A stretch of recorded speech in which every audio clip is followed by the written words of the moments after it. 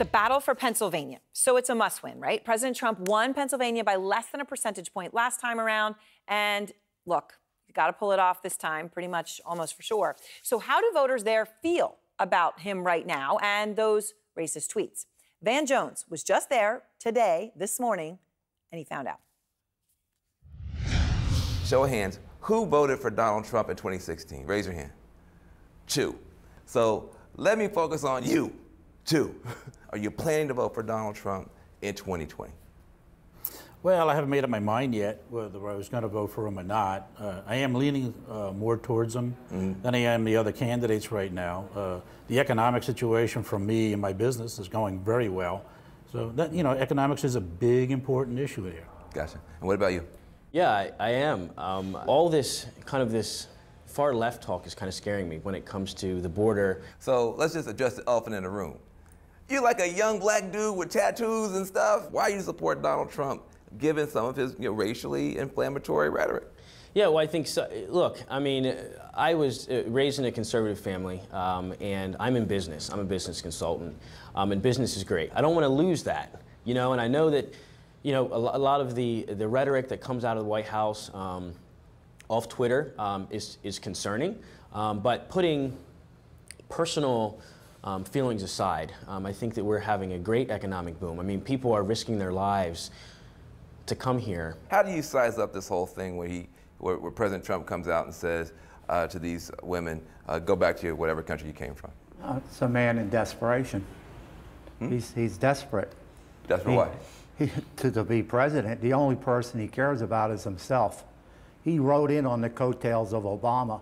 If you think it was any other thing, you believe in the Easter Bunny and Santa Claus. That's the way I see it. I don't believe in the Easter Bunny or Santa Claus. Almost everyone has a story of being told, go back to your country. And I think that it's kind of like one of the oldest tricks in the book when it comes to phraseology, maybe outside of the N-word, that comes to mind when you're talking about racist language. I've had people when I moved into Pennsylvania said, oh, you're a New Yorker. Why don't you go back to New York where you belong? Well, those are just human emotion remarks, and people are frustrated. And they are frustrated, and he's frustrated from the very beginning. They have attacked him, his family, his wife, his kids. It's disgusting. It really is. I just go back to values. I value treating people with dignity, and if there's anything that is incongruent with those values, then I'm not for that. And so I'm not going to put profit over my values. You putting your profit over your values?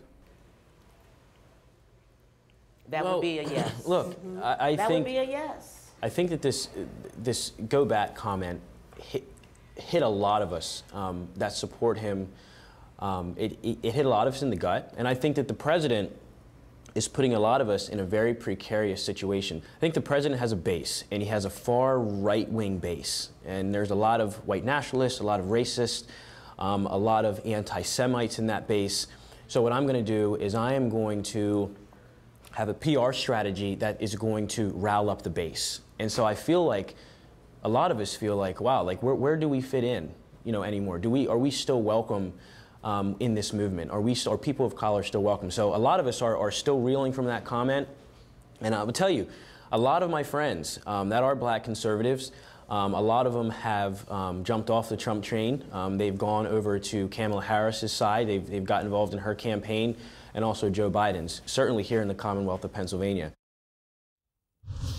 Oh, that was an incredible conversation. Yeah. So he's saying a lot of his friends have gotten off, not just conservative, onto not just off the Trump train, but onto someone else's train. Other things. But amazing that he's saying, I'm not sure if I'm welcome here, and if anyone of color is welcome, but he's still voting for him as of now. Yeah, well, I mean, I don't think I understood until I got there the way this thing has landed like a bomb. This for those kinds of Trump voters. Trump voters should basically, he said, look, I'm a business guy. My business is going great. I don't want to change. I'm scared if we go. I'm an economic voter, is what he's saying. I'm an economic guy, but I'm African American.